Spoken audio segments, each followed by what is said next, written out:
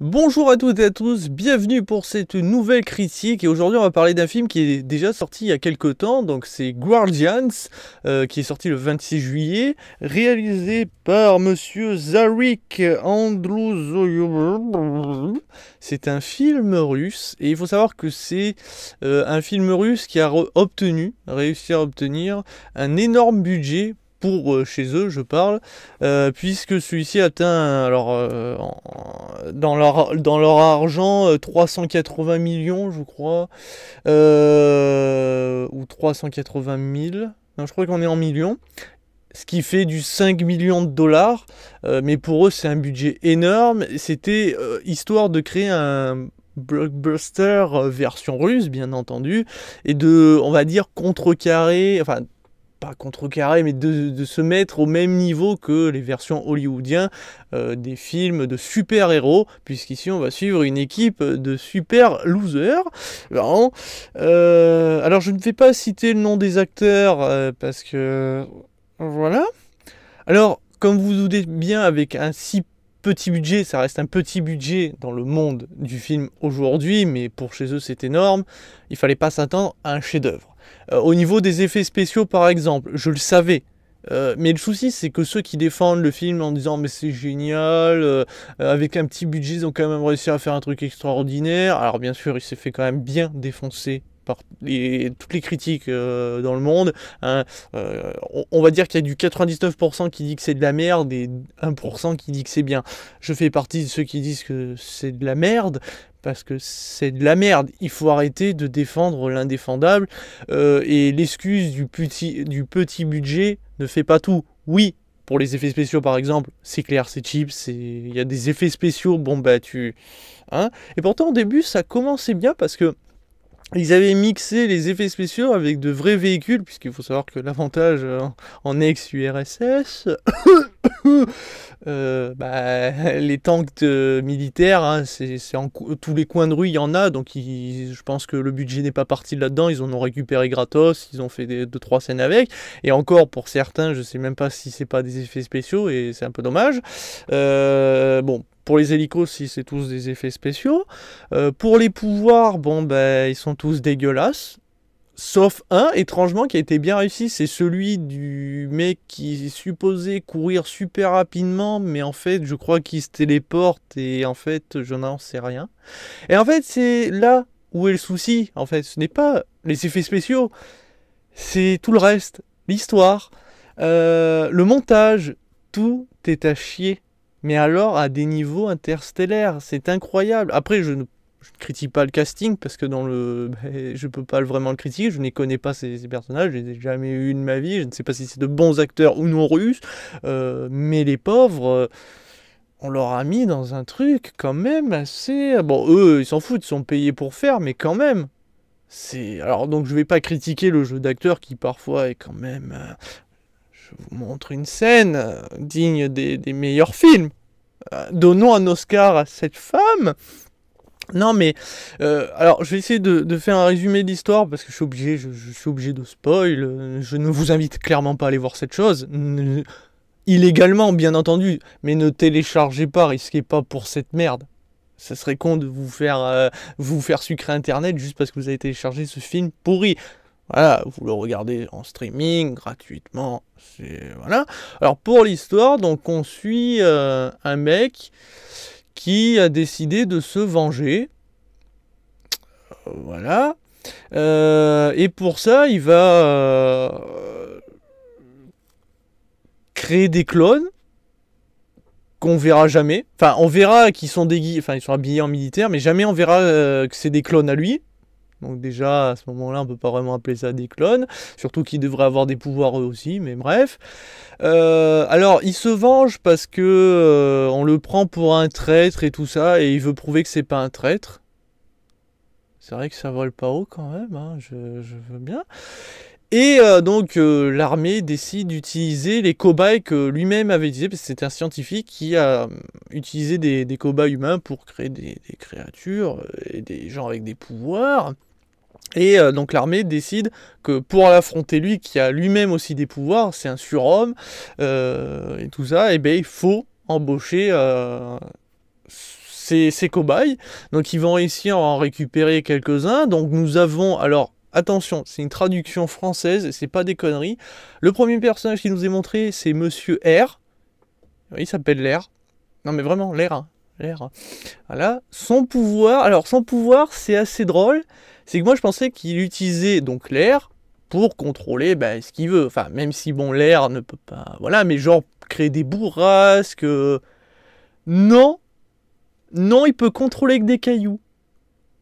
Voilà, voilà. Ouais, voilà. Il peut juste manipuler des cailloux. Donc son pouvoir, c'est manipuler des cailloux. Le deuxième, donc c'est le mec qui est super... Alors je connais pas son nom, je me rappelle même plus des noms et rien à foutre. Le mec qui est supposé courir super rapidement, mais en fait on le voit jamais vraiment courir, on dirait plus qu'il se téléporte, mais il ralentit le temps quand même, je ne sais pas. Mais il est classe, franchement c'est le plus classe, et c'est là où les effets spéciaux ont été de meilleure qualité, parce que le mec qui contrôle les cailloux, tu vois que c'est quand même pas super bien foutu. Le deuxième... Oui, c'est d'abord lui, je crois. L'homme, mi-homme, mi-ours. Parce que niveau pouvoir, hein, ils sont pas vraiment gâtés, à part le mec qui ralentit le temps, qui est le plus classe. D'ailleurs, il a deux épées courbées, ça fait très stylé, sauf que ça forme un rond derrière lui, c'est moche. D'ailleurs, par moment, on voit que c'est du plastique, ça se revoit quand même un peu trop. Et donc, le pouvoir de l'homme, mi-homme, mi-ours, c'est qu'il peut se transformer en mi-ours ou en total ours. Un petit peu, en gros c'est Hulk ou la chose, si vous voulez, enfin plutôt Hulk, puisque Hulk peut se redevenir humain, là, donc oui, plutôt Hulk. Il est aussi apparemment blindé, puisque toutes les balles rebondissent sur lui, donc voilà, et il fait grou-grou, et c'est tout, c'est un ours. Voilà. Et en même temps, c'est un petit peu à l'image de l'URSS, hein, l'ours. D'ailleurs, au passage... si vous avez joué à Command & Conquer Red Alert Rouge, le dernier, hein, je parle qui était sorti sur PC, et console et tout, le Rouge 3 là, il y avait un moment, alors je crois dans d'autres Command & Conquer, il y avait aussi, mais là je parle de celui en dernier, il y a plus de chances que vous vous en souvenez, mais les soviétiques ont comme unité des ours avec des Gatling. Et à un moment, ils se transforment en ours totalement avec des Gatling sur le dos. Alors je ne sais pas si c'est un clin d'œil, si c'est le cas, bien vu. Sinon, bon bah c'est un peu con. Et dernier personnage, dernière héroïne, nous avons la femme qui peut devenir invisible. Que quand elle est mouillée. Ah bah ouais, hein, quand on a des pouvoirs de merde... On a des pouvoirs de merde. Ah non, pardon, elle a pas que ce pouvoir, elle en a un autre, elle peut pas vieillir, donc apparemment elle est immortelle, mais on n'est pas certain non plus, mais bon, elle peut pas vieillir. Et troisième pouvoir, parce qu'elle a trop de pouvoirs. Non mais attendez, elle est gâtée. Elle ne ressent pas le chaud et le froid. Non mais c'est quoi Et donc, les Russes veulent voilà, concurrencer Avengers, enfin tous les super-héros que les Américains ont. Ah putain, avec une meuf qui peut devenir invisible que si elle est mouillée, qui ressent pas le chaud et le froid, on a une équipe de winners. Non mais vraiment, voilà, je vous jure que c'est ça les pouvoirs, c'est pas des conneries. Le méchant et un costume ridicule, l'ours c'est des effets spéciaux et c'est dégueulasse.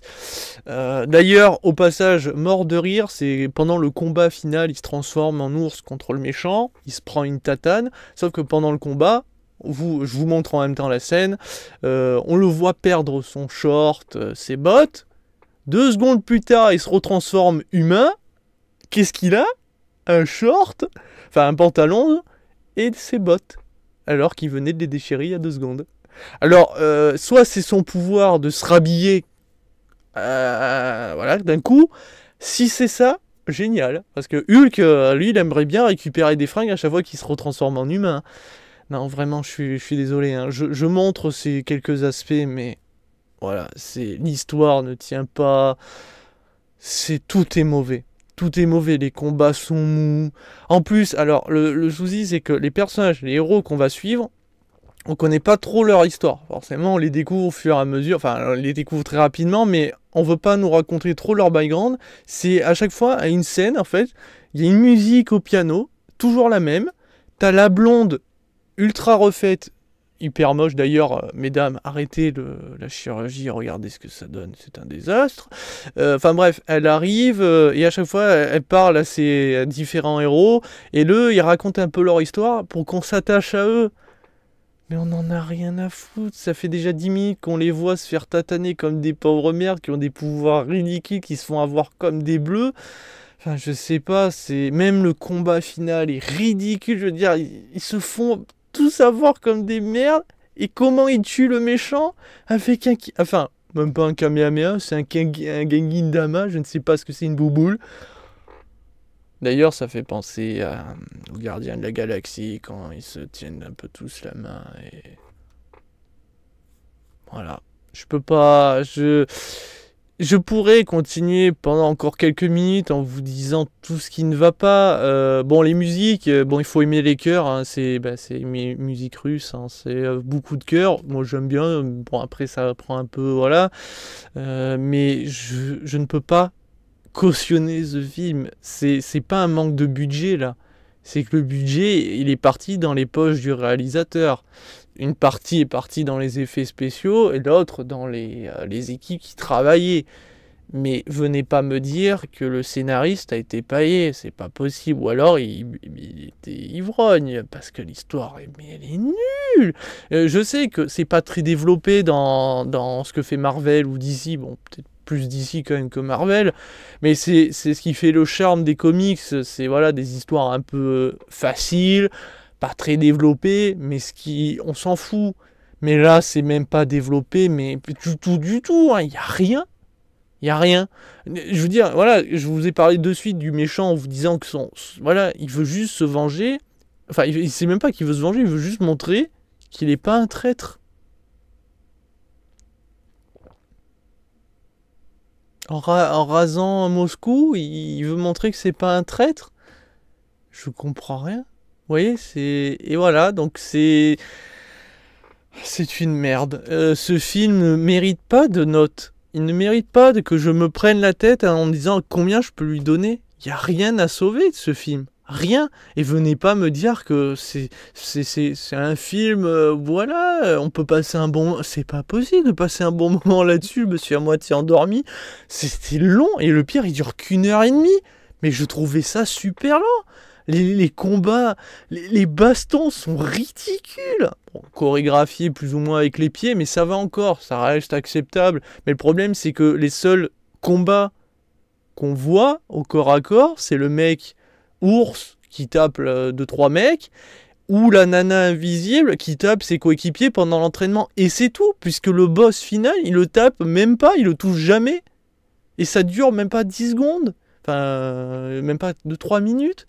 Il n'y a jamais de combat pour les autres. Enfin, ça dure pas.